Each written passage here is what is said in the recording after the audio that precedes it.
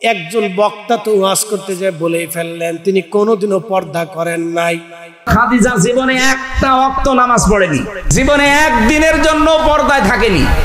আরে বেটা নাদান, ভালো করে শুনে নাও, আম্মাজান খাদিজাতুল কুবরার নামের পিছনে নবী লিখেছেন তাহেরা তয়্যেবা। যদি ওই জাহিলিয়াতের জমানাতে তিনি পর্দাই না করতেন তাহলে কখনো তাহেরা তয়্যেবা হতে পারতেন না। কথা বলেন ঠিক কিনা? চিন্তা করে বিবেকে কি পরিমাণে আকল নষ্ট হলে মানুষ এই কথাগুলি বলে। নবী নিজে বলে গেছেন তাহেরা তয়্যেবা, আমার খাদিজা তাহেরা তয়্যেবা। তাহেরা তয়্যেবা বুঝেন? আরে জাহিলিয়াতের জামানাতে, অন্ধকার জামানাতে যখন নারীদেরকে উলঙ্গ কাবা শরীফের চারপাশে ঘোরানো হতো, নারীদের ডিমোশন দেখে নারী সমাজকে হত্যা করার জন্য নিজের বাবা নিজের কন্যাকে জীবন্ত কবর দিত। সেই কঠিন সময় আম্মাজান খাদিজাতুল কুবরা তিনি নিজের সতীত্বকে, চরিত্রকে, নিজের জিন্দেগিকে এমন ভাবে সাজিয়েছিলেন যে রাসূল খুশি হয়ে বলেছিলেন তাহেরা তয়্যেবা, তাহেরা তয়্যেবা। তার রেহমে সাইয়্যিদাতুন নিসাই আহলিল জান্নাহ ফাতিমাতুজ জাহরাই রাদিয়াল্লাহু আনহার মতো মহিয়সী নারী তার গর্ভে জন্ম নিয়েছেন। একসাথে বলবেন আল্লাহু আকবার। তাহেরা তয়্যেবা। পর্দা কি বুঝেছেন? পর্দার কি বুঝেন আপনি? পর্দার এত পরিমাণে করেছিলেন, নিজের জিন্দেগিকে এত পরিমাণে সেভ করেছিলেন, এতটাই সুন্দর চরিত্র, অনুপম চরিত্রের অধিকারী হয়েছিলেন যে তাহেরা তয়্যেবা। আপনি বুঝেন, কোন ব্যক্তি যদি বিশ্বাস করে নেয় যে রাসূলের স্ত্রী খাদিজা পর্দা করে নাই জীবনে কোনদিন, এই কথার উপরে যদি সে কবরে চলে যায় তাহলে আম্মাজান খাদিজার উপরে একটা মিথ্যা অপবাদ আসবে না? কি কথা কর না কেন? রাসূল নিজে বলে গেছেন তাহেরা তয়্যেবা। তাহেরা তয়্যেবাকে হইতে হলে কি করতে হয়? তাকে পবিত্র হইতে হয়। পবিত্র হইতে হলে তাকে তার জিন্দেগিকে আগে সেভ করতে হয়। কি কথা কর না কেন? আল্লাহ আল্লাহ আমাদেরকে সঠিক বুঝদান, সঠিক বুঝ দিন। সকলে বলেন আমিন। প্রিয় উপস্থিতি হাজিরিন, প্রিয় ভাই আমার, খুব মনোযোগের সাথে কথাগুলি শোনা যাবেন। রাসূল কারীমের জীবনে আম্মাজান খাদিজাতুল কুবরা আসলেন, সব কিছু দিয়ে ভালোবাসলেন। উনি ধনী মহিলা ছিলেন, ধনাঢ্য দিয়ে ভালোবাসলেন, সম্পদ দিয়ে ভালোবাসলেন, নিজের জীবনের সবটুকুন দিয়ে রাসূলকে ভালোবাসলেন। আল্লাহু আকবার। শুধু ভালোই বাসলেন না, শুধু ভালোই বাসলেন না, কালেমার জন্য, ঈমানের জন্য নিজের সমস্ত সম্পদগুলি রাসূলের দরবারে কুরবানি করে দিলেন। আল্লাহ রাসূলের খেদমত করলেন, সন্তান উপহার দিলেন আম্মাজান রাসূলকে। আমাদের আম্মাজান তাহেরা তয়্যেবা প্রিয় নবীজিকে সন্তান উপহার দিলেন। শুধু সন্তান দেন নাই, জান্নাতের সন্তান দেন নাই, এমন দামি সন্তান দিয়েছিলেন যে সন্তানগুলি জগৎ বিখ্যাত হয়েছিল। মহা সম্মানের অধিকারী আমার রাসূলের নসলের সন্তান দুনিয়াতে এসেছিলেন। সেই সন্তানের মাধ্যম দিয়ে ইমাম হাসান হুসেইন রাদিয়াল্লাহু আনহুমা আসলেন। শুধু তাই না, তাদের বংশধারা দিয়া কিয়ামত পর্যন্ত রব্বুল আলামিন এমন সন্তান দুনিয়াতে আনবেন কিয়ামতের আগে, সেই সন্তানের নাম হলো ইমাম মাহাদি। একবার জোরে বলা যাবে কি মারহাবা। যায়েদ বিন হারেসা, তখনও তিনি ছোট, মক্কাতুল মুকাররমাতে এসে গেলেন, রাসূলের দরবারে বড় হতে লাগলেন। যায়েদ বিন হারেসা ছোট্ট বেলা হারিয়ে গেলেন, রাসূলের দরবারে বড় হতে লাগলেন। আল্লাহ রাসূলের মহাব্বতে দিল তার উজালা হয়ে গেল, এমন ভাবে উজালা হয়ে গেল। আল্লাহু আকবার। যায়েদ বিন হারেসার দেশ থেকে তার আপনজনেরা মক্কায় আসছে হজ করার জন্য। তখনকার দিনেও মক্কাতে হজ হতো। হজ করার জন্য তাদের অঞ্চল থেকে লোকেরা আসছে। আসার পরে দেখলো যায়েদ বিন হারেসা মক্কাতে আছে। খোঁজ নিল কার বাড়ি আছে, বলে আব্দুল্লাহর বেটা মুহাম্মদ ইবনে আব্দুল্লাহর ঘরে যায়েদ বিন হারেসা বসবাস করতেছে। সেখানে সে লালিত পালিত হচ্ছে, বড় হচ্ছে। তারা চলে গেল বাড়ি। বাবা মাকে সংবাদ দিল, হে যায়েদ বিন হারেসা, যায়েদের বাবা হারেস তোমার ছেলেটাকে দেখে এসেছি মক্কাতুল মুকাররমায়, মুহাম্মদ ইবনে আব্দুল্লাহ সাল্লাল্লাহু আলাইহি ওয়াসাল্লাম মুহাম্মাদের দরবারে এসে বসবাস করতেছে, তার বাড়িতে থাকে। তো বাবা বহুদিন পরে সন্তানের খোঁজ পাওয়ার পরে খুব খুশি, ছেলেটা হারাই গেছে, মাও খুব খুশি। হারেস আপন ভাইকে নিয়ে সঙ্গে করে সুদূর পথ অতিক্রম করে আত্মীয় স্বজন নিয়ে এসে অনেক টাকা পয়সা নিয়ে নবীজির দরবারে আসলেন। মক্কা আসার পরে রসুলের বর্গে উপস্থিত, কি ব্যাপার, আপনারা কারা? বলতেছে আমরা হারেসের বাবা, জায়েদের বাবা আমি। রসুল করিমের সাহাবী পালক পুত্র জায়েদ, যার নাম আপনারা শুনেছেন, তখনও সে কেবলমাত্র বালক। বলতেছে আমি জায়েদের বাবা। তখন বলতেছে আপনি জায়েদের বাবা, কি জন্য এসেছেন? বলতেছে দেখেন হে আব্দুল্লাহর বেটা, আপনার দাদা আব্দুল মুত্তালিব এই জমিনের অনেক বড় নেতা ছিলেন, আপনারা সম্ভ্রান্ত পরিবারের সন্তান। আমরা জানি আপনারা অনেক বড় দানশীল, অনেক বড় মনের অধিকারী। আমি আমার সন্তান হারাইয়া কলিজা পর্যন্ত আমার শুকিয়ে গেছে। সন্তানের মা বড় অপেক্ষায় আছে সন্তানের জন্য। আমি বড় অপেক্ষায়, বহুদিন পরে জানতে পেরেছি আপনার কাছে আমার সন্তানটা লালিত পালিত হয়। আমি এসেছি অনেক টাকা পয়সা নিয়ে। এই যে সোনা দানা টাকা পয়সা আপনার কাছে রাখলাম, আপনার যতগুলি মন চায় নিয়ে যান, আর আমার সন্তানটাকে আপনি আমার কোলে ফিরাইয়া দেন। আল্লাহর নবী আশ্চর্য হলেন, আপনার সন্তান আপনি ফিরিয়ে নেবেন, আমাকে কেন টাকা দিতে হবে? তখন বললেন না, মক্কার প্রথা অনুযায়ী আপনার আমার সন্তানটা আপনার গোলাম হয়ে গেছে, আপনার যতগুলি টাকা মন চায় আপনি নিয়ে যান, বিনিময়ে মেহেরবানি করে আপনি আমার সন্তান ফিরিয়ে দেন। আল্লাহর নবী ডাক দিলেন, হে হারেসা, একটা উত্তম প্রস্তাব আমি আপনাদের সামনে দিয়ে দেই। বলেন কি উত্তম প্রস্তাব? আপনার ছেলে জায়েদ যদি আপনাদের কাছে ফিরে চলে যায়, তাহলে অবশ্যই বিনা বাক্যে আমি আপনাদের কাছে ছেড়ে দিব। আর জায়েদ যদি আমার কাছে থাকতে চায়, তাহলে অবশ্যই আপনারাও তাকে জোর করে নিতে পারবেন না। সমস্ত মক্কাবাসী উপস্থিত। আল্লাহর নবীর সামনে জায়েদের বাবা, জায়েদের চাচা, আরো অন্যান্য যারা ছিলেন সবাই আসলেন। আসার পরে আল্লাহ রসুল জিজ্ঞেস করলেন, হে জায়েদ, তোমার আব্বাকে তুমি কি চিনো? বলে হ্যাঁ চিনি, উনি আমার বাবা। উনি কে? উনি আমার চাচা। আর অন্য কারা? ওনা আমার বংশের মানুষ। জায়েদ, এখন তিনারা তোমাকে নেওয়ার জন্য আসছে। জায়েদ রে, তুমি আমার বাড়ি থাকো, তুমি আমার বাড়ি খাও, আমার সাথেই থাকো, তিনারা তোমাকে নিতে এসেছে। জায়েদ, আমি রসুল বলতেছি, তোমাকে ফেরত দিতে চাই।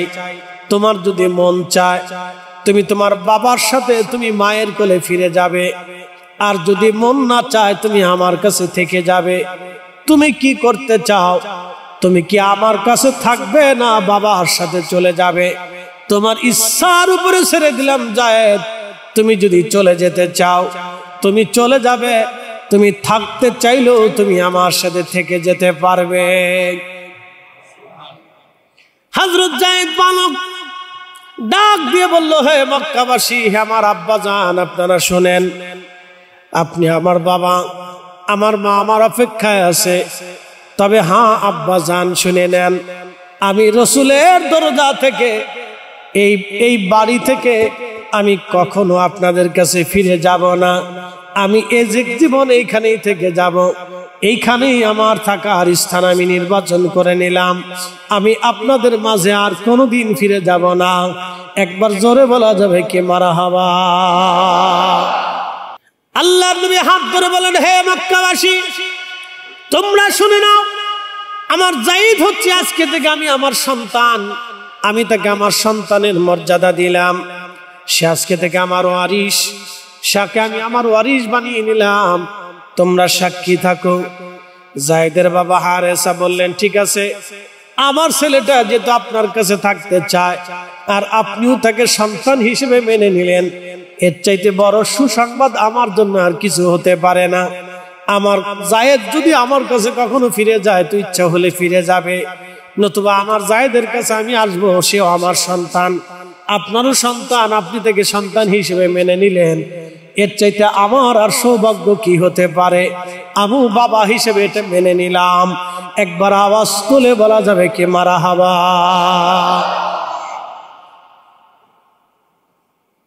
হযরত যায়েদ রাদিয়াল্লাহু আনহু কত ভাগ্য তিনার জীবনে রাসূলের দরজায় থাকার কারণে তিনার কালেমা নসিব হয়ে গেল। শুধু কালেমা নসিব হয় নাই, তিনি মুতার প্রান্তরের প্রথম শহীদ হয়েছিলেন। আল্লাহর নবী 3 জন সেনাপতির নাম ঘোষণা দিলেন। 2 লক্ষ কাফের মদিনার দিকে ধেয়ে আসতেছে যুদ্ধ করার জন্য। একজন আর 2 জন না, 2 লক্ষ কাফিরের, রোমান এম্পায়ারের 2 লক্ষ সৈন্য আধুনিক অস্ত্র শস্ত্রে সজ্জিত হয়ে মদিনার দিকে ধেয়ে আসতেছে মদিনা আক্রমণ করার জন্য। ঠিক তখন নবীজি ডাক দিলেন, সাহাবীরা রে, কে আছো তোমরা? মদিনা রক্ষা করবা, ইসলামী সাম্রাজ্য বাঁচাবা, তোমরা কারা কারা যুদ্ধে যাবা? ওই সময় রাসূলের সামনে 3000 সাহাবী দাঁড়িয়ে গেলেন। মাত্র 3000 সাহাবী 2 লক্ষ কাফেরের সাথে সেই দিন জিহাদ করবে। মাত্র 3000 সাহাবী, একজন আর 2 জন না, 2 লক্ষ কাফেরের সাথে মাত্র 3000 সাহাবী জিহাদ করবে। দাঁড়িয়ে গেলেন হযরত যায়েদ রাদিয়াল্লাহু আনহু, জাফর রাদিয়াল্লাহু আনহু, আব্দুল্লাহ বিন রাওয়াহা রাদিয়াল্লাহু তাআলা আনহু। আল্লাহর নবীর সামনে দাঁড়িয়ে গেলেন। প্রিয় নবী সবার সামনে বললেন, আমার যায়েদ হবে প্রধান সেনাপতি, প্রথম সেনাপতি হবে যায়েদ। যায়েদ শহীদ হয়ে যাওয়ার পরে দ্বিতীয় সেনাপতি হবে জাফর। জাফর শহীদ হয়ে যাওয়ার পরে তৃতীয় সেনাপতি হবে আব্দুল্লাহ বিন রাওয়াহা। আব্দুল্লাহ বিন রাওয়াহা শহীদ হয়ে যাওয়ার পরে তোমরা সাহাবীরা নির্বাচন করে নেবা তোমরা কাকে সেনাপতি বানাবা। তোমরা যাও, প্রিয়জনদের কাছ থেকে বিদায় নিয়ে আসো, যুদ্ধের জন্য তৈরি হয়ে যাও। সবাই যার যার বাড়িতে চলে গেল। হযরত যায়েদ রাদিয়াল্লাহু আনহু নবীজির সামনে দাঁড়িয়ে রইলেন। আল্লাহর নবী বলেন, যায়েদ বিদায় নিয়ে আসো স্ত্রী সন্তানদের কাছ থেকে। হযরত যায়েদ ডাক দিয়ে বলেন, ইয়া রাসূলুল্লাহ, ছোট্টকালে হারিয়ে যে মক্কা নগরীতে আমি আপনার কাছে লালিত পালিত হয়েছি। আমার মা ছিলেন খাদিজাতুল কুবরা রাদিয়াল্লাহু আনহা। সন্তানের মতো তিনি আমাকে আদর করেছেন, বাবার মতো আপনি স্নেহ দিয়ে ভালোবাসা দিয়ে আপনি আমাকে বড় করেছেন। কোনোদিনও আপনার দরজা থেকে আমি কোনোদিন চলে যাই নাই। আজকে আপনি আমাকে মুতার প্রান্তরের প্রথম সেনাপতি ঘোষণা করার পরে আপনি আমাকে আজকে মুতার প্রান্তরের প্রথম শহীদ ঘোষণা দিয়েছেন। ইয়া রাসূলুল্লাহ, আমার ঈমান অনুযায়ী, বিশ্বাস অনুযায়ী আপনি রাসূল আমাকে প্রধান সেনাপতি বানিয়েছেন, আবার শহীদ বলে ঘোষণা দিয়েছেন। ইয়া রাসূলুল্লাহ, আমার আর বোঝার বাকি নাই। ওই ময়দানে আমি প্রথম শহীদ হব এবং আমি ওই ময়দানের প্রথম সেনাপতি হিসেবে প্রথম শহীদ হয়ে যাব। আমার পরে আপনি আর একজনকে সেনাপতি নিযুক্ত করেছেন, তাকেও শহীদ ঘোষণা দিয়েছেন, আমি জানি সেও শহীদ হয়ে যাবে। তারপরে আর একজনকে সেনাপতি ঘোষণা দিয়েছেন এবং শহীদ ঘোষণা দিয়েছেন, আমি জানি সেও শহীদ হয়ে যাবে। ইয়া রাসূলুল্লাহ, আমার আজকে মা নাই, বাবা নাই, হুজুর আপনি আমার জিন্দেগীর সব, আপনি দয়া করে আমাকে বিদায় দেন। ইয়া রাসূলুল্লাহ, দুনিয়াতে আপনার সাথে আর কোনোদিন দেখা হবে না, হাসরের ময়দানে আপনার সাথে আমার দেখা হবে, পরপরে আপনার সাথে আমার দেখা হবে। নবীজি, আপনি দয়া করে আজকে আমাকে বিদায় দিয়ে দেন। আমি আর কার কাছ থেকে বিদায় নিব? আপনি আমার জীবনের সব, আপনি আমার কাছে, আপনি আমাকে আজকে বিদায় দিয়ে দেন। এটাই ছিল সাহাবীদের ইশকে রাসূল, আল্লাহ রাসূলের প্রতি ভালোবাসা। কথা বলেন ঠিক কিনা? কুল ইন কুনতুম তুহিব্বুনাল্লাহ ফাত্তাবিউনি। কুল, হুজুর আপনি উম্মতকে জানান, উম্মতকে শিখিয়ে দেন, কেউ যদি আমি রবকে ভালোবাসতে চায়, কেউ যদি বলে আমি আল্লাহকে সে ভালোবাসে, তাহলে হুজুর আপনি বলে দেন ফাত্তাবিউনি, আপনাকে তাকে ভালোবাসতে হবে। দুই ধরনের ভালোবাসা আপনাকে দিতে হবে। এক নম্বরে মোহাব্বতে সিফাতি, আর একটা মোহাব্বতে জাতি। মোহাব্বতে সিফাতি, মোহাব্বতে জাতি। মোহাব্বতে সিফাতি কি?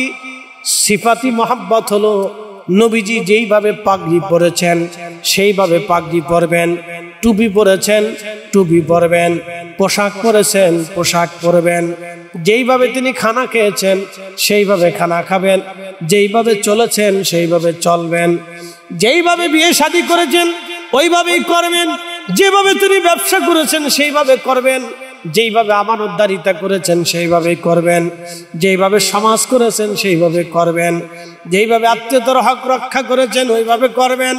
প্রিয় নবীজির জীবনের সমস্ত আদর্শগুলি, সুন্নতগুলি নিজেদের জীবনের বাস্তবায়ন করার নাম মোহাব্বতে সিফাতি।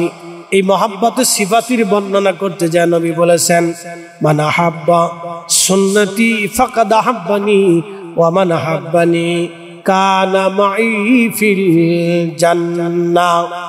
আল্লাহর নবী বললেন যে আমার আদর্শকে ভালোবাসবে সে আমাকেই ভালোবাসবে, ওয়া মান আহাব্বানি, যে আমাকে ভালোবাসবে, কানা মাই ফিল জান্নাহ, সে আমার সাথে জান্নাতে চলে যাবে।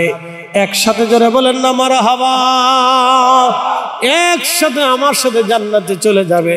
কেউ যদি আমার সুন্নতকে ভালোবাসে সে আমার সাথে জান্নাতে যাবে। এটার নাম হচ্ছে মোহাব্বতে সিফাতি, গুণের মোহাব্বত। নবীজির কিছু গুণ ছিল, ওই গুণ আপনার ভিতরে থাকতে হবে। প্রিয় নবী দাড়ি রেখেছেন, আপনি দাড়ি রাখবেন। প্রিয় নবীজি ডান হাতে খাবার খেয়েছেন, আপনি ডান হাতে খাবেন। দস্তরখানা বিছিয়েছেন, আপনি বিছাবেন। নবীজি অভুক্তকে খাবার দিয়েছেন, আপনি খাবার দিবেন। নবীজি অপরিসীম ভাবে দান করেছেন, আপনিও দানের হাত প্রশস্ত রাখবেন। আল্লাহর নবী স্ত্রীদের সাথে সুন্দর ব্যবহার করেছেন, আপনিও করবেন। রহমতের নবীজি এইভাবে সুন্দর চরিত্রের অধিকারী হয়েছিলেন, আপনার জীবনেও সুন্দর চরিত্রের অধিকারী হতে হবে। এটার নাম হলো সিফাতি মোহাব্বত, মোহাব্বতে সিফাতি। এই মোহাব্বতে সিফাতি ভালোবাসলে নবীজি বলেছেন সে আমাকে ভালোবাসবে, আর যে আমাকে ভালোবাসবে কানা মাই ফিল জান্নাহ, সে আমার সাথে জান্নাতে চলে যাবে। আল্লাহর নবী বলেন ফালাইকুম বিসুন্নতি, তোমরা আমার সুন্নত মানবে। এই জন্য আমরা আহলে সুন্নাত ওয়াল জামাত, একসাথে কর না মারহাবা। কি মানবে? সুন্নত মানবে। ফালাইকুম বিহাদিসি, প্রিয় নবী হাদিসের কথা বলেন নাই, বলেছেন ফালাইকুম বিসুন্নতি, তোমরা আমার সুন্নাত মানবে। প্রিয় আনোয়ারাবাসী, পাখি 4-5টা বাচ্চা হলো, পাখির বাসার ভিতরে 3-4টে বাচ্চা হলো। ওই পাখিটা উড়ে উড়ে উড়ে উড়ে বিভিন্ন জায়গা থেকে পোকামাকড় খাবার ধরে এনে বাচ্চাদের মুখের ভিতরে ঢুকায় দেয়। কথা ঠিক আছে না? পাখির বাচ্চারা হা করে, মা পাখি দৌড়ে আসার পরে হা করে পাখি বাচ্চার মুখের ভিতরে খাবারগুলি ঢুকায় দেয়। সাপ আসে বাচ্চাটাকে মারার জন্য, ধরার জন্য, অথবা হিংস্র কোনো পাখি চিল আসে বাচ্চা ধরে নিয়ে যাওয়ার জন্য। তখন এই মা পাখিটা জীবনের সমস্ত শক্তি দিয়া তখন তার বাচ্চাদেরকে বাঁচানোর জন্য লড়াই করে শত্রুর সাথে। নিজের জীবনকে শত্রুর মুখে ফেলে দিয়ে মা যুদ্ধ করতে থাকে তার বাচ্চাকে বাঁচানোর জন্য। বলেন তো এই পাখিটা তার বাচ্চাদেরকে ভালোবাসে স্বার্থে না বিনা স্বার্থে? বিনা স্বার্থে। ওই মা পাখিটা হৃদয়ের গভীর থেকে বাচ্চাদেরকে ভালোবাসে। এই ভালোবাসাটার নাম হলো মহাব্বতে জাতি। মহাব্বতে জাতি আপনাদেরকে বুঝাইলাম, এটাকে বলা হয় মহাব্বতে জাতি। এই জাতি মহাব্বতের বিষয়ে আল্লাহ বললেন, হুজুর কেউ যদি আমাকে ভালোবাসতে চায় তাহলে বলে দেন ফাত্তাবিউনি, সে যেন আপনাকে জাতি মহাব্বত দিয়ে ভালোবাসে। শুধু এইখানে শেষ হবে না, ইউহিব্বুকুমুল্লাহ যদি এইভাবে ভালোবাসে, আমি আল্লাহ ওয়াদা করলাম আমি ওই বান্দাকে ভালোবাসবো। এই বান্দাকে শুধু ভালোবাসবো না, তার চোখ হয়ে যাব, তার কান হয়ে যাব, তার হাত হয়ে যাব, তার পা হয়ে যাব, তার অঙ্গ প্রত্যঙ্গ হয়ে যাব, তার জবান হয়ে যাব।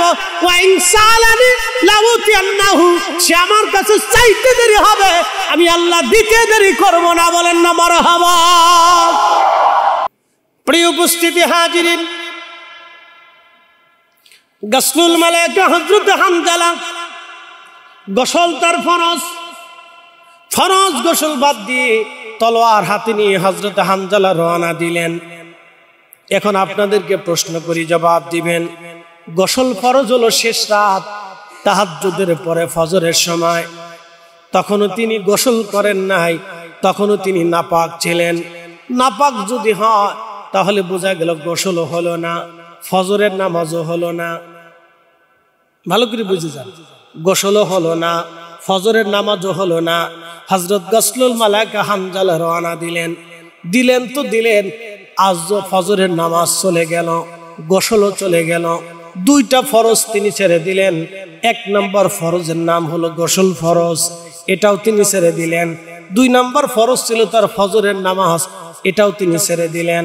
তলার হাতে দৌড়ায় গেলেন ইশকে মুস্তাফা নিয়া, মোহাব্বতে মুস্তাফা নিয়া, ইশকে রাসূল নিয়া দৌড়াইয়া দৌড়াইয়া তিনি উহুদের ময়দানে চলে গেলেন, যুদ্ধ করলেন, কাফেরদের ভিড়ের মধ্যে শহীদ হয়ে গেলেন।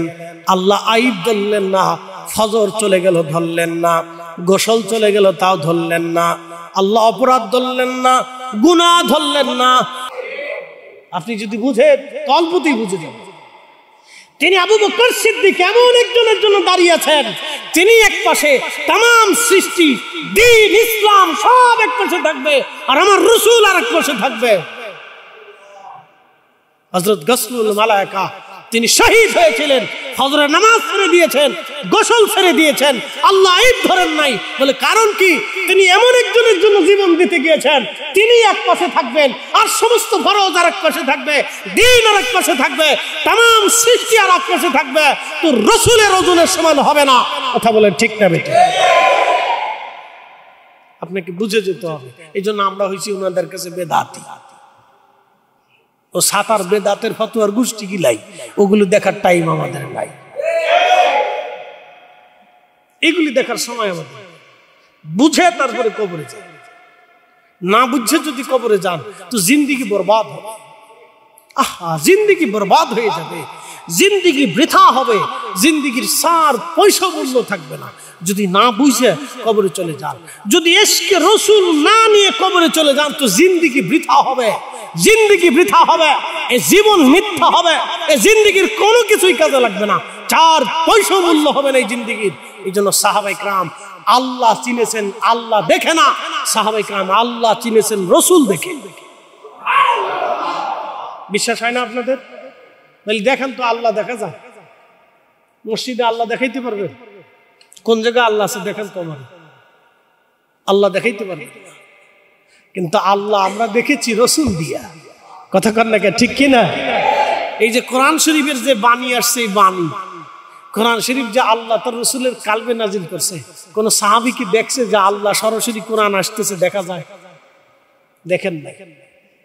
আসার সময় শুধু নবীজি ঘরমাক্ত হতেন, ওজন হয়ে যেত।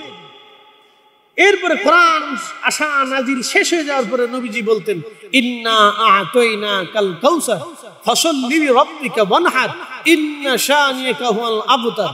সাহাবীরা বলতে, সাদাকতা ইয়া রাসূলুল্লাহ, আরাইতাল্লাযী ইউকাযযিবু বিদ্দীন আযালিকাল্লাযী ইয়াদউল ইয়াতীম ওয়া লা ইয়াহুদ্দু আলা তুআমিল মিসকিন। সাহাবীরা বলতে, সাদাকতা ইয়া রাসূলুল্লাহ, আলিফ লাম মিম যালিকাল কিতাবু লা রাইবা ফীহি হুদাল লিল মুত্তাকিন। সাহাবায়ে কেরাম বলল, সাদাকতা ইয়া রাসূলুল্লাহ, আপনি সত্য বলেছেন। একসাথে বলবেন না মারহাবা? সাহাবীরা কি আল্লাহ দেখে আল্লাহ চিনেছে না রাসূল দেখে আল্লাহ চিনেছে? হ্যাঁ, একবারে হিসাব সহজ। সাহাবীরা নামাজ পড়েছে কি আল্লাহ দেখে না রাসূল দেখে? সাহাবীরা রোজা রেখেছে কি আল্লাহ দেখে না রাসূল দেখে? সাহাবীরা হজ করেছে কি আল্লাহ দেখে না রাসূল দেখে? সাহাবীরা দান করেছে কি আল্লাহ দেখে না রসুল দেখে? সাহাবে کرام জিকির করেছে কি আল্লাহ দেখে না রসুল দেখে? সাহাবে کرام যুদ্ধের ময়দানে নিজের কলিজা শহীদ করেছেন কি আল্লাহ দেখে না রসুল দেখে? রসুল দেখে তারা জীবন দিয়েছেন। এটার নাম ইশকে রাসূল। যদি হিসাব সহজ না বুঝে জিন্দেগি বরবাদ হবে। একেবারে সহজ হিসাব, হিসাব বড় সহজ, কিন্তু আমরা তেনে ফসাইতে ফসাইতে জিলাপি ফসাইয়া একবার হিসাবটাকে কঠিন করে দিয়েছি। হিসাবে কঠিনে যায় না। সূত্র যদি না আসেন কিয়ামত পর্যন্ত অঙ্ক কষবেন, মাগার খাতা শেষ হবে, কলমের কালিও শেষ হবে, জিন্দেগিও শেষ হবে, কিন্তু অঙ্ক মিলাইতে পারবেন না। আর যদি সূত্রে ঠিক মতো আসেন তাহলে অঙ্ক বেশি সময় লাগবে না, অল্প সময়ে অল্প ভাষাতে অল্প কালিতে অল্প কাগজে অঙ্ক মিলে যাবে। মাগার সূত্র ঠিক হবে না, কিয়ামত পর্যন্ত হায়াত হবে, অঙ্ক খালি কষতে থাকবেন, খাতাও শেষ হবে, জিন্দেগি শেষ হবে, মাগার কলমও শেষ হবে, কিন্তু অঙ্ক শেষ হবে না, রেজাল্ট পাবেন, ফলাফল পাবেন। এই জন্য দ্বীনের সূত্র আল্লাহ কোরআনে বলে দিয়েছে, মাইয়ুতির রাসূল ফাকাদ আতা আল্লাহ।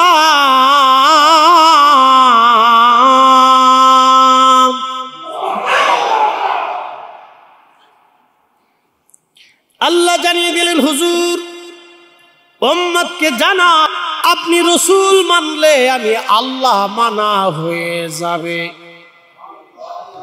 আল্লাহকে যে পাইতে চায়, Kazi Nazrul under matric 8 pass, জীবনে মাদ্রাসায় ঠিক মতো পড়ে নাই, কলেজ ভার্সিটিতেও জীবনে পড়ে নাই, কিন্তু মেধা আল্লাহর পক্ষ থেকে এমন ভাবে এসেছিল, তার সাহিত্য গ্রন্থ প্রবন্ধ তার জীবনীর উপরে থিসিস করে গবেষণা করে বাংলাদেশের ঢাকা ইউনিভার্সিটির মতো বিশ্ববিদ্যালয়গুলিতেও তার জীবনীর উপরে গবেষণা করে ডক্টর ডিগ্রি তার নামের আগে লাগাইতে হয়। তিনি কাজী নজরুল ইসলাম।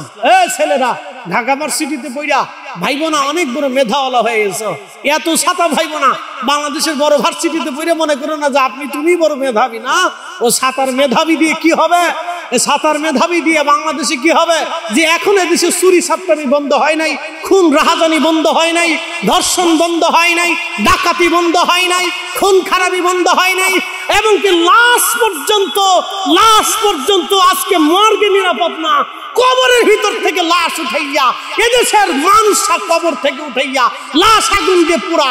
আরে কবরের ভিতরে লাশ যে দেশে নিরাপত্তা নাই, তো তোমার আমার লেখাপড়া দিয়ে কি হবে যদি এদেশের মানুষের নিরাপত্তা না থাকে? কথা বলেন ঠিক লাগে?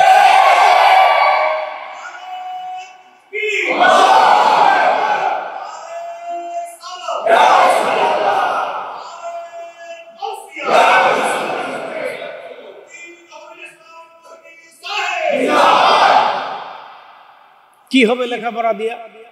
হ্যাঁ, যে দেশের একটা মর্গে একটা মহিলা লাশের নিরাপত্তা নেই।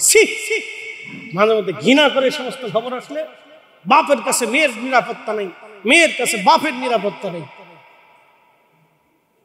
কি কঠিন পরিস্থিতির শিকার হয়েছে, আইনের ব্যবস্থা এত দুর্বল হয়েছে ভাষায় প্রকাশ করার মতো না।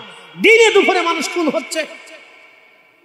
এমন এক দেশে বসবাস করি সিঙ্গারা নিয়ে মারামারি করে খুন হয়, এমন এক দেশে বসবাস করি সালমান সাহেব এই কেটে মরছে না, মেরে ফেলছে, এটা নিয়ে ঝগড়া করে কালকে ব্রাহ্মণবাড়িয়া 40 জন আহত হয়েছে। কি দেশে বাস করি আপনি চিন্তা করেন তো? হ্যাঁ, এটা পাগল ছাড়া কি, এই অসুস্থ ছাড়া কি, অসুস্থ ছাড়া কি হতে পারে বলেন তো? অসুস্থ ছাড়া কি হতে পারে? জাতি তো এখন অসুস্থতায় ভুগতেছে। এগুলি চলতেছে আমাদের দেশে। বলে এগুলি কেন চলে? এগুলি কেন চলবে? এগুলি তো মালয়েশিয়াতে হয় না, এগুলি তো মালদ্বীপে হয় না, এগুলি তো উন্নত বিশ্বে হয় না, আমার দেশে কেন হবে? আমার দেশে এজন্য হয় আইনের ব্যবস্থা, আইনের শাসন দুর্বল হয়ে গেছে। কথা কোন ঠিক না বেঠে? আইনের শাসন ভেঙে গেছে, যার কারণে এগুলি হতে মানুষ সাহস করতেছে। দিন দুপুরে মানুষ পিটিয়ে পিটিয়ে কুপিয়ে কুপিয়ে খুন করতেছে, কেউ কাউকে ঠেকাচ্ছেও না, ধরতেছেও না। তার অর্থই হচ্ছে আইনের শাসন দুর্বল হয়ে গেছে। এত লেখাপড়ার দিকে হবে, এত ভার্সিটি দিকে হবে আমার দেশে যদি মানুষের নিরাপত্তা না হয়।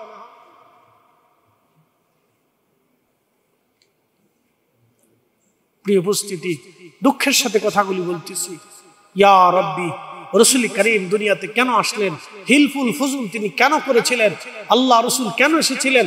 40 বছর রসুলের দরবারে কোরআন আসে নাই। 40টা বছর নবীজির কাজ কি ছিল? 40 বছরে নবী কি করেছিলেন? 40টা বছর শরীয়ত আসে নাই, নামাজ আসে নাই, রোজা আসে নাই, যাকাত আসে নাই, হজ আসে নাই, হালাল হারামের বিধান আসে নাই। 40 বছর রসুল কি করেছিলেন? 40 বছর আম্মা জান খাদিজাতুল কুবরা তিনি তাহেরা তাইয়্যিবা ছিলেন। একসাথে বলবেন আল্লাহু আকবার। না না হয় না, আরো জোরে বলেন আল্লাহু আকবার। 40 বছরের রসুল একটা মিথ্যা বলেন নাই, আল 40 বছর আমানতের খেয়ানত করে নাই। 40 বছর পর্যন্ত এত অনুপম চরিত্রের অধিকারী ছিলেন যে আইয়ামে জাহিলিয়াতের মানুষেরা পর্যন্ত তাকে আল আমিন বলতো, বিশ্বাসী বলতো। একসাথে বলবেন না মারহাবা? না আরো জোরে বলেন মারহাবা। আর আমাদের দেশে মসজিদের জুতা চুরি, পৃথিবীর কোন দেশে। একটা খ্রিস্টান দেশে চলে যান, সেখানে যে আপনি টাকা রেখে আসবেন, আপনার মানি ব্যাগ হারাবে না। আর এদেশের মসজিদ থেকে জুতা চুরি হয়, মুসলমানের দেশ। লজ্জা করে, এদেশের দুধের ভিতরে ভেজাল দেওয়া হয়, দুধের ভিতরে বিষ মিশানো হয়, দুধের ভিতরে। আর যাই দেখেন ইউরোপে, ওরা মদ খায়, ওদের মদের ভিতরে ভেজাল দেয়। আর আমাদের দেশে বিষের ভিতরে ভেজাল। বিষ খেলেও মানুষ ঠিক মতো মরে না। হ্যাঁ, বিষ খেলেও ঠিক মতো মানুষ মরে না, বিষও ভেজাল, বিষও ভেজাল। আপনি চিন্তা করেন যে কোন দেশে বাস করেন? আপনি ভাবেন আমরা কোন দেশে বাস করি? কতটা চারিত্রিক ডিমোশন আমাদের দেশের মানুষের রন্ধে রন্ধে পৌঁছাইছে। এই জাতিকে পরিবর্তন করতে হলে একেবারে ক্লাস 1 থেকে মাস্টার্স পর্যন্ত শিক্ষা ব্যবস্থা ঢেলে নতুন করে সাজাইতে হবে। এই আওলা জাওলা মাঝে মধ্যে এক একটা শিক্ষা উপদেষ্টা, শিক্ষামন্ত্রী আসে, আগুন পাগল ছাগল। সকালে এক কথা কয়, দুপুরে আর এক কথা কয়, রাত্রে আর এক কথা কয়। ফাগুলের আড্ডাখানা যত সব। কি কথা কন না? ফাগুলের আড্ডাখানা, আগুন পাগল ছাগল এক একটা আসে। প্রত্যেকে আসে দিলে মাঝে মধ্যে মনে হয় যেন নেশা মেশা করে মনে হয়। কোত্থেকে আসে আল্লাহ জানে। বাস্তব শিক্ষা ব্যবস্থা আমাদের দেশে নাই। বাস্তব শিক্ষা ব্যবস্থা আমাদের দেশে নেই। একটা বাচ্চাকে কি শিখানো হয়? ছোটকাল থেকে একটা বাচ্চাকে ক্লাস অন্তত 5 পর্যন্ত একটা বাচ্চাকে তৈরি করার সময় হলো এইসব। একটা বাচ্চার মানসিক তৈরির সময়টা হলো ক্লাস 1 থেকে 5 পর্যন্ত। এই সময় বাচ্চাটা তৈরি হয়। এই সময় আপনি তার ব্রেনে যা ঢুকাবেন, সময় তাই ঢুকবে। হ্যাঁ, মনে রাখবেন, এই সময় একটা বাচ্চার ব্রেনে আপনি যা ঢুকিয়ে দিবেন, ও সময় তাই ঢুকবে। ক্লাস 1 থেকে 5 পর্যন্ত একটা বাচ্চাকে শিখাইতে হবে। আর আমাদের মাদ্রাসাও আছে, কিছু কিছু মাদ্রাসায় ফুলাফান্ডে পিটাইতে বাপ গায়ে ফেলাইতে। আল্লামা ইকবাল ছন্দের মোহনা দিয়ে, তেনার ভাষা ও সাহিত্য জ্ঞান দিয়ে তিনি চমৎকার করে বুঝিয়ে দিলেন মগজ করা। কোরআনের মগজ বলেন রূহে ঈমান, ঈমানের রূহ বলেন জানে দিন, ধর্মের প্রাণ বলেন। 3টা বস্তু দেখেন, কোরআনের মগজ, ঈমানের রূহ, ধর্মের প্রাণ। ইসলামের মূল নির্যাস এবং ঈমানের মূল নির্যাস, কোরআনুল কারীমের মূল নির্যাস। ভালো করে বুঝবেন, আল্লাহর কোরআনের মূল নির্যাস, ঈমানের মূল নির্যাস। ঈমানের মূল নির্যাস তো আপনি বুঝেছেন। ঔষধ তৈরি করা হয়, ঔষধ কোনো বা উপাদান দিয়ে তৈরি করা হয়। এই উপাদান থেকে নির্যাস বের করে এরপরে প্রক্রিয়া করে সূত্র অনুযায়ী ফালায়া এরপরে ওষুধ তৈরি করা হয়। এই ওষুধটা যখন তৈরি হয়, তখন এই ওষুধ সেবন করলে রোগের শেফা হয়। কিন্তু একটা গাছ, এই গাছের নাম তুলসী পাতা। এই তুলসী পাতা খেলে আপনার রোগের নিরাময় হয়। কিন্তু তুলসী পাতা খাওয়ার জন্য একটা প্রক্রিয়া আছে। ওই প্রক্রিয়া মতো যদি আপনি খান, আপনার রোগের নির্মূল হবে। এরপরে আপনার আছে ধুত্রা পাতা। ধুত্রা পাতা একটা পাতা, এটা যদি আপনি খান তাহলে আপনি কি হবেন? আপনার মগজ নষ্ট হয়ে যাবে, ব্রেন নষ্ট হয়ে যাবে, পাগল হয়ে যাবেন। আবার একই পাতা যদি আপনি চিকিৎসা শাস্ত্র অনুযায়ী খান তাহলে আপনার অ্যালার্জি ধ্বংস হয়ে যাবে, আপনার চুলকানি ধ্বংস হয়ে যাবে, আপনার রক্তের মধ্যে যে পয়জন থাকবে সেটা ধ্বংস হবে। একই পাতা ভুল সিদ্ধান্ত মতো যদি খান তো আপনি পাগল হবেন, একই পাতা যদি শাস্ত্র অনুযায়ী খান তাহলে আপনার রোগের নিরাময় হবে। একটু বোঝার চেষ্টা করবেন, খুবই মনোযোগ। তো রোগের নির্যাস ওষুধ পত্র থেকে ওষুধগুলি নির্ণয় করা হয়, নির্যাস তৈরি করা হয়। কোরআনের নির্যাস বলেন, ঈমানের নির্যাস বলেন, ধর্মের নির্যাস বলেন। আল্লামা ইকবাল বলতেছেন, শোনো, সবকিছুর মূল হলো হাসতে হুব্বে রাহমাতুল লিল আলামিন। রসুলের ভালোবাসা যে ঈমানে নাই সেটা কখনো ঈমান হতে পারে না। কথা বলেন ঠিক কিনা? যেই মুসলমানের অন্তরে রসুলের মহব্বত নাই সে মুসলমানই হতে পারে না। কথা বুঝেন নাই? যেই মুসলমানের অন্তরে ইশকে রসুল নাই সেটা কোনো মুসলমানিত্ব না। যেই ঈমানের ভিতরে ইশকে রসুল নাই সেটা কোনো ঈমান না। যেই কোরআন শরীফের তাফসীরের মধ্যে ইশকে রসুল নাই সেটা তাফসীরও হতে পারে না।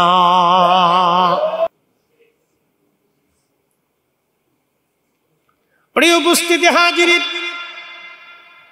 আমি আমার মূল টপিকসের দিকে চলে যাই। সময়ের স্বল্পতা, খুবই মনোযোগের সাথে শুনবেন। রাহমাতুল লিল আলামিন আল্লাহ পাওয়ার শর্ত হলো ইশকে রসুল। ইশকে রসুল না হলে আল্লাহ পাওয়া যাবে না। এই কথা শুধু আমার বক্তব্য না, আল্লাহর কোরআনে আল্লাহ বলে দিলেন। হুজুর উম্মতকে জানান, মাইয়ুতির রাসূল ফাকাদ আতা আল্লাহ। নবী পাইতে হলে, আল্লাহ পেতে হলে হুজুর উম্মতকে বলে দেন আপনাকে পেতে হবে। অর্থাৎ আপনি নবীর ইত্তেবা করলে, অনুসরণ করলে, অনুকরণ করলে আমি আল্লাহর অনুসরণ হয়ে যাবে। আপনাকে ভালোবাসলে আমি আল্লাহর ভালোবাসা হবে। আপনার উপরে ঈমান আনলে আমি আল্লাহর উপরে ঈমান আনা হবে। আপনার আদর্শ মানলে আমি আল্লাহর আদর্শ মানা হবে। আপনার চরিত্র নিলে আমি আল্লাহর চরিত্র নেওয়া হবে। আপনার রঙে রঙিন হলে আমি আল্লাহর রঙে রঙিন হয়ে যাবে। আপনার জন্য জীবন দিলে আমি আল্লাহর জন্য জীবন দেওয়া হবে। এই জন্য সাহাবীরা রাসূলের জন্য জীবন দিয়ে দিলেন, কুরবানি হয়ে গেলেন। নবীর ডাকে সাহাবে کرام জিহাদের ময়দানে চলে গেলেন। আল্লাহর নবী ডাক দিয়েছেন, কোন সাহাবী জিহাদের ময়দান ছাড়া থাকেন নাই, চলে গেলেন, শহীদ হয়ে গেলেন। রাসূলের ডাকে শহীদ হয়ে যাইয়া এই জমিনে তারা কালেমার বীজ বপন করে ঘুমিয়ে গেলেন। রন্দে রন্দে কালেমা দিয়ে গেলেন। শত শত হাজার হাজার মাইল ধরে তারা কালেমার দাওয়াত ছড়িয়ে দিলেন। আহা, রাসূলের মহব্বতে তারা জীবন দিয়ে দিলেন। এইভাবে সংসার ছেড়ে দিলেন, বাড়ি ঘর ছেড়ে দিলেন, স্ত্রী পুত্র পরিজন সব তারা ছেড়ে দিলেন। আচ্ছা বলেন তো, 6 বছরের একটা মেয়ে 50 ঊর্ধ্ব একজন ব্যক্তির কাছে আপনি বিয়ে দিবেন? কোন বাবা দিবে? না খেয়ে ভিক্ষা করে সন্তানদের খাওয়ালেও কোন বাবা তার 6 বছরের একটা ছোট্ট বাচ্চাকে 50 ঊর্ধ্ব একজন ব্যক্তির কাছে কখনো বিয়ে দিবে না। কিন্তু আবু বকর রাদিয়াল্লাহু আনহু ইশকে রাসূলের তাড়নায় এসে বলেন, ইয়া রাসূলুল্লাহ, আপনি আমার কন্যা আয়েশাকে বিয়ে করে নেন। আল্লাহর নবী বলেন, আবু বকর বলো কি, সে তো অনেক ছোট। বলি, ইয়া রাসূলুল্লাহ, ছোট হোক তারপর আপনাকে শাদী করতে হবে। বলে, কেন? বলি, ইয়া রাসূলুল্লাহ, আপনার সাথে আমার আত্মীয়তার সম্পর্ক হোক। আমি আমার অর্থ বিত্ত সহায় সম্পদ কলিজা জীবন দিয়ে সময় দিয়ে আপনার খেদমত করেছি। ইয়া রাসূলুল্লাহ, আমার কন্যাটা আপনার ঘরের ভিতরে খেদমত করবে। একসাথে বলবেন না মারহাবা? ভালোবাসার নিদর্শন দেখেছেন? এখন জিজ্ঞেস করেন হযরত আবু বকর কোন দলিলে তার এই ছোট্ট বাচ্চা রাসূলের কাছে দিলেন? কোন শরীয়তে দিলেন? বলেন, কোন বিবেকে দিলেন? কোন ইনসাফে দিলেন? বলেন। আপনি যদি বিবেক ইনসাফের দিকে তাকান তাহলে বলেন কোন ইনসাফে দিলেন। কিন্তু ইনসাফ এখানে নাই। কারণ যিনি ইনসাফ দিয়ে গেছেন, ইনসাফ যিনি শিখিয়েছেন, দিন যিনি দিয়েছেন, ঈমান যিনি দিয়েছেন, কালেমা যিনি দিয়েছেন, বিশ্বাস যিনি দিয়েছেন, আমাকে যিনি রাস্তা দেখিয়েছেন, আবু বকরের কথাই আমি তার সাথে আত্মীয়তা করব। আবু বকরের তার ঘরের খেদমত আমার মেয়েটা করবে। একসাথে বলবেন আল্লাহু আকবার।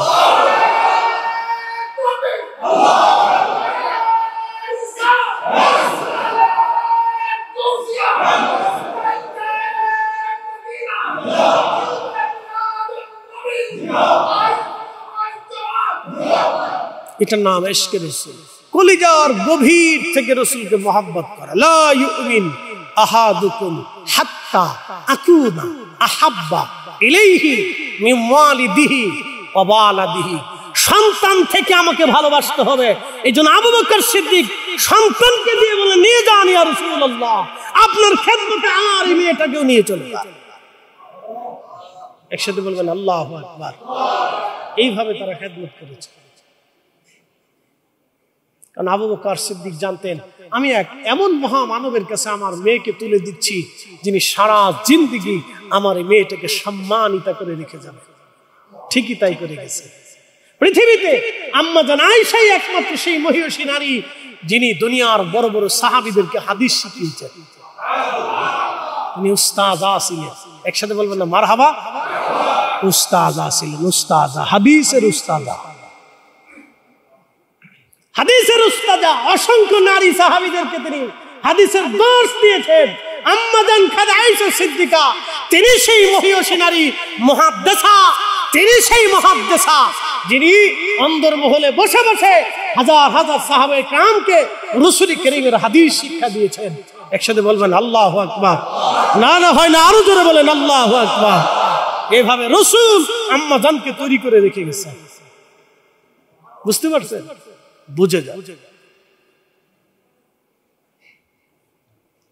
প্রিয় উপস্থিতি হাজিরিন,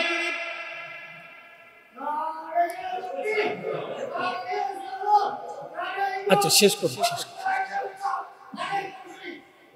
আচ্ছা শেষ করুন।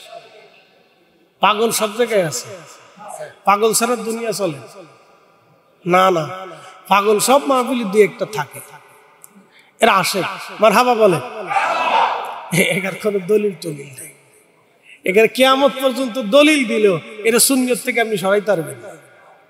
কি কথা কন না কেন? এটা কুরবানি দিলে আপনি সুন্নিয়ত থেকে সরাইতে পারবেন। ইমানে মজবুতেরা দরবারে মোস্তফাতে এরকম কিছু ছিল। আবু বকর এক ধরনের, হযরত ওমর খুব শ্বেতা, হযরত উসমান খুব ভদ্র, হযরত আলী বীর যোদ্ধা, হযরত আবু হুরায়রা হাদিস শিখাইতেন, মুহাদ্দিস সাহেব, হযরত আব্দুল্লাহ ইবনে মাসউদ ফকি সাহেব, তিনি ফতোয়া দিতেন, হযরত আব্দুল্লাহ ইবনে আব্বাস তিনি কোরআনের তাফসীর করতেন।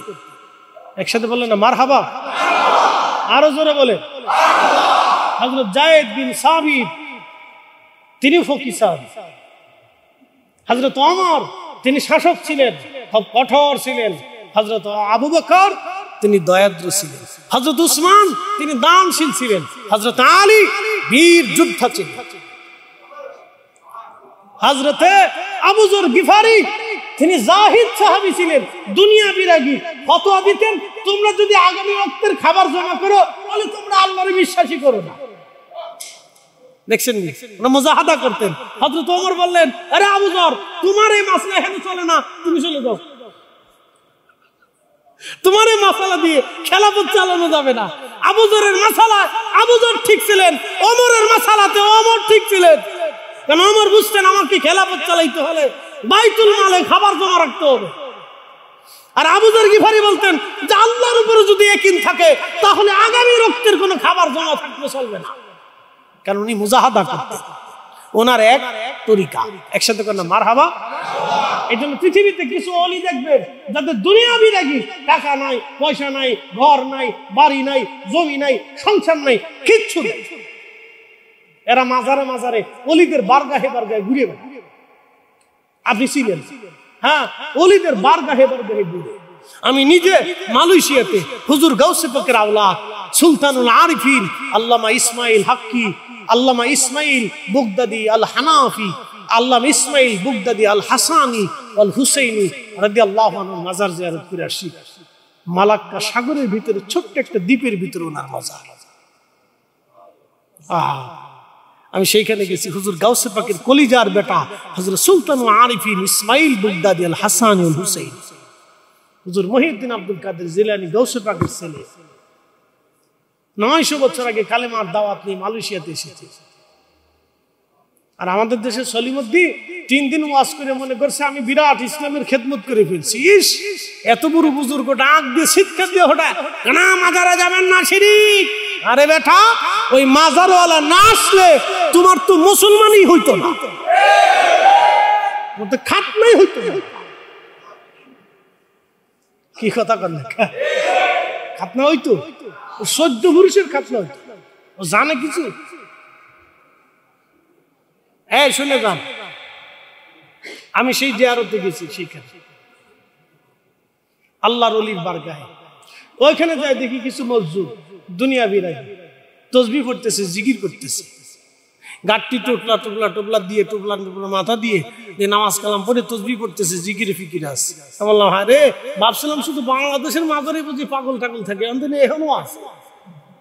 এত উন্নত বিশ্ব, যারা বিরাট বড় বড় অট্টালিকা করছে, কত বড় জানেন? Twin tower.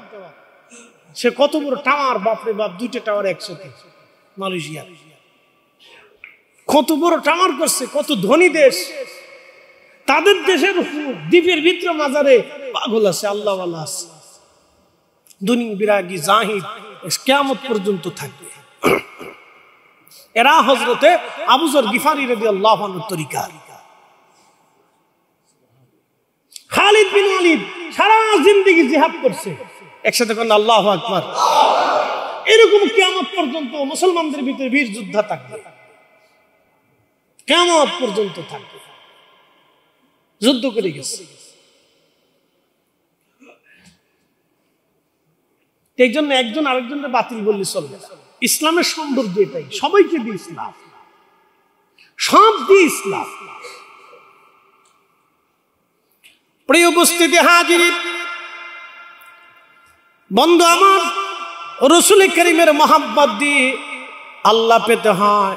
হযরত আবু বকর সিদ্দিক, হযরত আবু যর, হযরতে ওয়াসিল করনি জীবনে ও রাসূল করিমের দর্শে একটা হাদিস শুনেন নাই, নবীজির মজলিসে কখনো বসেন নাই, একটা আয়াতে কারিমা নবীজির দর্শ থেকে কখনো শিখেন নাই। কিন্তু তিনি ওয়াসিল করনি এমন এক সম্মানের অধিকারী হলেন, রহমতের নবী, রাহমাতুল লিল আলামিন। সহিহ মুসলিমের কিতাব ফাযাইল ওয়া সাহাবিন নবী বাবু ফাদিল ওয়াসিল করনি, বাবের ভিতরে তিনি একটা হাদিসে কারিমা লিখেছেন। আল্লাহর নবী হযরত ওমরকে বলেন, ওমর, যদি কোনোদিন আমার ওয়াসিল করনিকে তুমি পাও, তাহলে তুমি তার দর্শে বসবে, তার কাছ থেকে তুমি তোমার মাগফিরাতের জন্য দোয়া নিবে।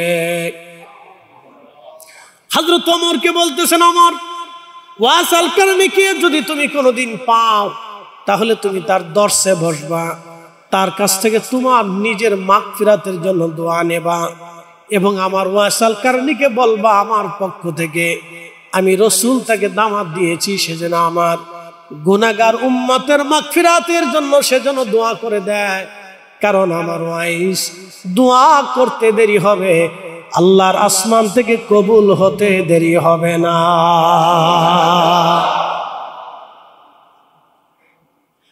আশিকে রাসূল হযরত ওয়াসিল করনি, আশিকে রাসূল, আশিকে রাসূল হযরত বেলাল, আশিকে রাসূল হযরত ওয়াসিল করনি, আশিকে রাসূল হযরত বেলাল, হযরত হামজালা, এরকম বহু সাহাবী যদি নিদর্শন আপনাদেরকে বলি, একের পর এক বহু সাহাবীর জীবনী যাবে, বহু মহিলা সাহাবীদের জিন্দেগি যাবে রাসূলকে ভালোবেসে নিজের জীবনের সবটুকু তিনারা উজাড় করে দিয়েছিলেন। আবার বুঝাই, তিনি এতটা তাহেরা তৈয়বা, আম্মা জান খাদিজাতুল কুবরা, যার নসলে আল্লাহ একটা সন্তান দিলেন, সাইয়্যিদাতুন নিসাই আহলিল জান্নাহ, সব রমণীদের সরদারিনী বেহেশতে। আল্লাহু আকবার বলবেন না? তার নসলে আল্লাহ 2টা বেটা দিলেন, হাসান হুসাইন রাদিয়াল্লাহু আনহুমা, সাইয়্যিদা শাবাবি আহলিল জান্নাহ, সমস্ত যুবকদের জান্নাতের সরদার। একসাথে বলবেন আল্লাহু আকবার। তার দুই নসল দিয়ে রক্ত দিয়ে আল্লাহ পৃথিবীতে এমন একটা সন্তান কিয়ামতের আগে পাঠাবে। সহিহ বুখারী, সহিহ মুসলিম, পৃথিবীর সব হাদিসের কিতাবে কিতাবুল ফিতানে যার প্রশংসা রাসূল নিজের জবান দিয়ে করে গেছে। শোনো, আমি যেইভাবে কালেমার দ্বীপ খোদার জমিনে খোদার দ্বীন বাস্তবায়ন করেছি, কালিমাতুত তাওহীদ ও রিসালাতের পতাকা উড্ডীন করেছি, আল্লাহর বিধানকে আমি জমিনে বাস্তবায়ন করেছি, ঠিক কিয়ামতের আগে আমার নসলে আমার হাসান হুসাইনের রক্তে পৃথিবীতে একটা সন্তান আসবে। তার নাম হবে মুহাম্মদ, বাবার নাম হবে আব্দুল্লাহ, কিন্তু তার পরিচয় হবে ইমাম মাহদী হিসেবে।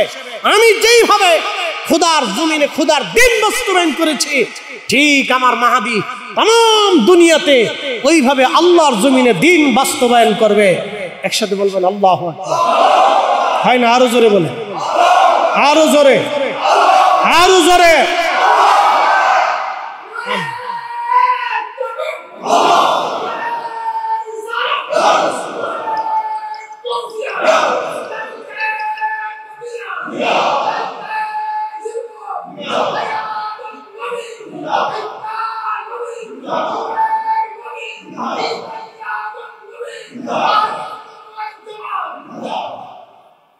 আম্মাজান খাদিজাতুল কুবরা রাদিয়াল্লাহু আনহার নসল। তো তিনি যদি আল্লাহকে সেজদা না দেন তো সেজদা দুনিয়াতে কাকে কে দিবে? আল্লাহ রাসূলের পরে আল্লাহকে এই জমিনে যিনি সেজদা দিয়েছিলেন তিনি আম্মাজান তাহেরা তাইয়্যিবা খাদিজাতুল কুবরা। নবীজি নামাজ পড়তেন, রাসূল করিমের পিছনে তিনি নামাজ পড়েছেন হেরেমে কাবা শরীফে। তাও একসাথে বলবেন আল্লাহু আকবার। যখন দুনিয়াতে কেউ সেজদা দেওয়ার ছিল না, উইদাউট মুহাম্মদুর রাসূলুল্লাহ সাল্লাল্লাহু আলাইহি সাল্লাম, আল্লাহর নবী এবং আম্মাজান খাদিজাতুল কুবরা ছাড়া ওই সময় পৃথিবীতে আল্লাহকে সেজদা দেওয়ার মতো কোনো মানুষ ছিল না। সেই সময় কাবা শরীফের সামনে এই দুইজনে সবার আগে আল্লাহকে সেজদা দিয়েছেন। কি বলে এই পাগল ছাগল করতে গেছে? বলে কি? কি আশ্চর্য কথা! যার নসলে আল্লাহ কি দুনিয়াতে পাঠিয়েছে আপনি কল্পনা করতে পারবেন?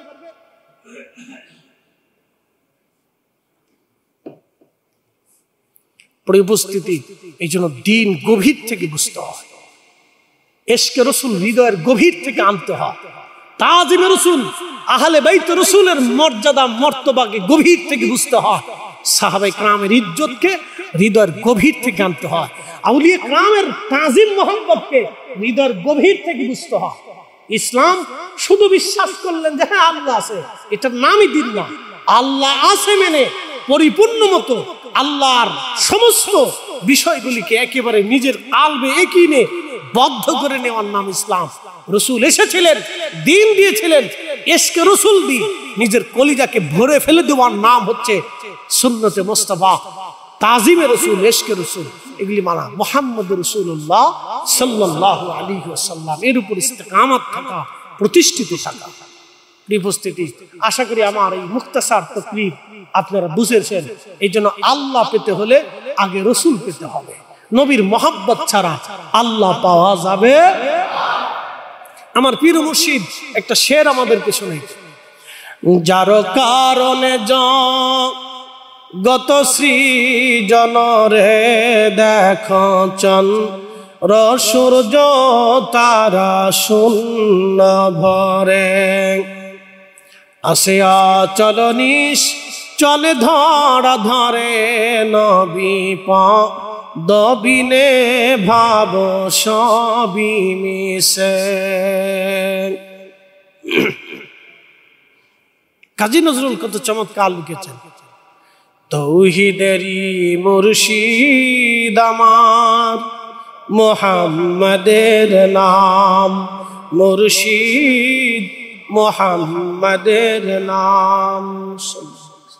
ওই নাম জপলেই বুঝতেই পারি, ওই নাম জপলেই বুঝতেই পারি খুদারি কালাম, মুর্শিদ মুহাম্মাদের নাম, মুর্শিদ মুহাম্মাদের নাম।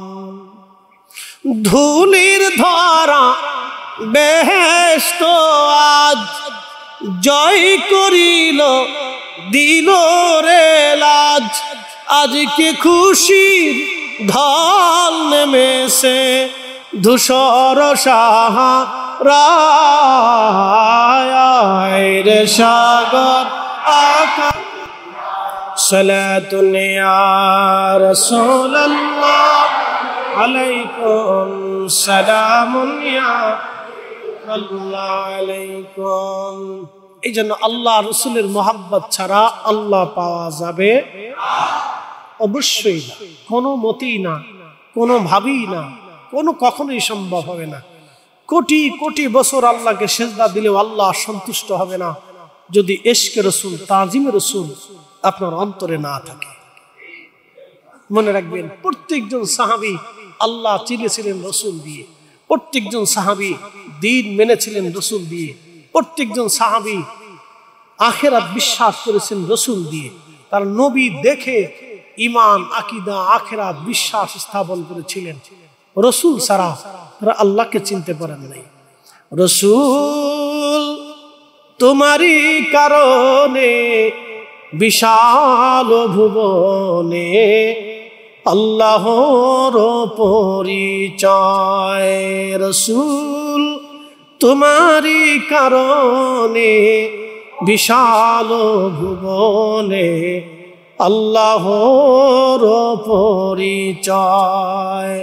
নাছিল আকাশ, নাছিল বাতাস, দুনিয়া দৃপ্তিময়।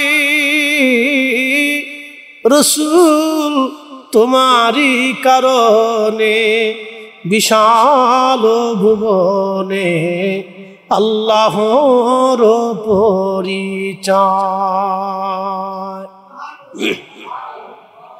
এই জন্য ইশকে রসুল দুই ধরনের, মোহাব্বতে জাতি, মোহাব্বতে সিফাতি। দুইটা জিনিস আপনাদেরকে বুঝিয়েছি, মোহাব্বতে জাতি, মোহাব্বতে সিফাতি। সিফাতি হলো আল্লাহ রসুলের সুন্নাহগুলি, নবীজির আদর্শ, এগুলি নিজেদের জীবনে খুঁটে খুঁটে দেখে দেখে লালন পালন করা। আর মোহাব্বতের জাতি হচ্ছে কলিজার গভীর থেকে, ভিতর থেকে সন্তান সন্ততি, স্ত্রী পুত্র পরিজন, এমনকি পিতা মাতার চাইতেও দুনিয়ার সবকিছু, নিজের জীবন ও জিন্দিগির থেকেও আল্লাহর নবীকে মোহাব্বত করা মোহাব্বতের জাতি। এই দুইটা মোহাব্বত নিয়ে আপনারা আগাবেন। আশা করি দুনিয়া আখেরাতে মরণে আপনি সাকসেস হবেন, কামিয়াবি হবেন। এই জন্য আল্লাহ আমাদেরকে সুন্নতে ইত্তেবায়ে রাসূল। ভালো করে শুনে যাবেন, আপনারা আল্লাহর কোরআনে আল্লাহ বলতেছেন, হাবিব আপনার জীবন আদর্শ এতই চমৎকার জীবন আদর্শ কেউ যদি মেনে নেয় তাহলে ইয়া রাসূলুল্লাহ তার জন্য যথেষ্ট হবে উত্তম আদর্শ। ভালো করে শুনে যাবেন। চট্টগ্রাম আনোয়ারাবাসী আল্লাহু আকবার। এরপরে আল্লাহ কোরআনে বললেন, কুল, হুজুর আপনি বলে দেন, ইন কুনতুম তুহিব্বুনাল্লাহ ফাত্তাবিউনি ইউহিব্বুকুমুল্লাহ।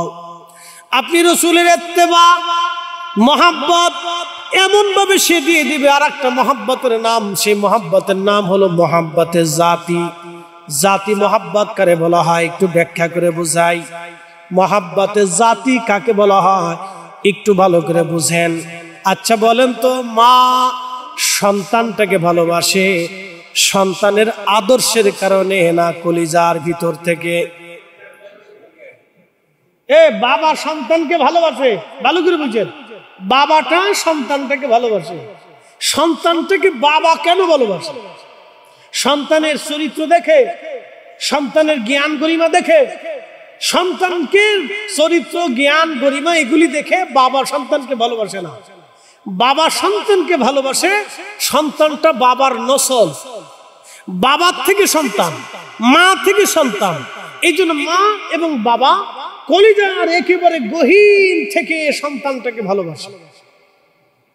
কলিজার গভীর থেকে, বাহির থেকে না, কলিজার একেবারে ভিতরের অংশ থেকে সন্তানটাকে নিঃস্বার্থভাবে মহব্বত করে। এই ভালোবাসার ভিতরে কোনো স্বার্থ লুকানো থাকে না, একবারে নিঃস্বার্থভাবে বাবা তার কলিজার ভিতর থেকে সন্তানকে ভালোবাসে। তার বাস্তব প্রমাণ আপনি দেখবেন। একটা গাভীর বাচ্চা হওয়ার পরে, একটা গাভী বাচ্চা প্রসব করার পরে ওই বাচ্চাটাকে ওই বাছুরটাকে আপনাদের চট্টগ্রামে কি বলে, বাছুর না? তো এই গাভীর বাছুরটাকে, বাচ্চাটাকে নিয়ে আপনি কোলে করে সারা আনোয়ারা ভরে যদি হাঁটেন আর গাভীর গলার রশি যদি কেটে দেন, গাভী কারো বাড়ি যাবে না, কারো ধান খেতে যাবে না, কারো গম খেতে যাবে না, কারো খাবারের মুখ দেবে না, ওই গাভীটা আপনার পিছে পিছে হাঁটতে থাকবে। কি কথা ঠিক আছে না? ওই গাভীটা আপনার পিছে পিছে হাঁটবে। আচ্ছা বলেন, গাভী কি আপনার মহব্বতে হাঁটে না বাচ্চার মহব্বতে হাঁটে? কারণ বাচ্চা আপনি কোলে করে হাঁটতেছেন, পানির ভিতরেও যদি ঝাঁপ দেন তো ওই গাভী আপনার সাথে পানির ভিতরেও ঝাঁপ দেবে। বলে কেন? বাচ্চার মহব্বতে গাভীটা আপনার পিছনে যাচ্ছেন, তার মানে গাভীটা তার বাচ্চাকে কলিজার ভিতর থেকে ভালোবাসে। একসাথে কান আল্লাহু আকবার।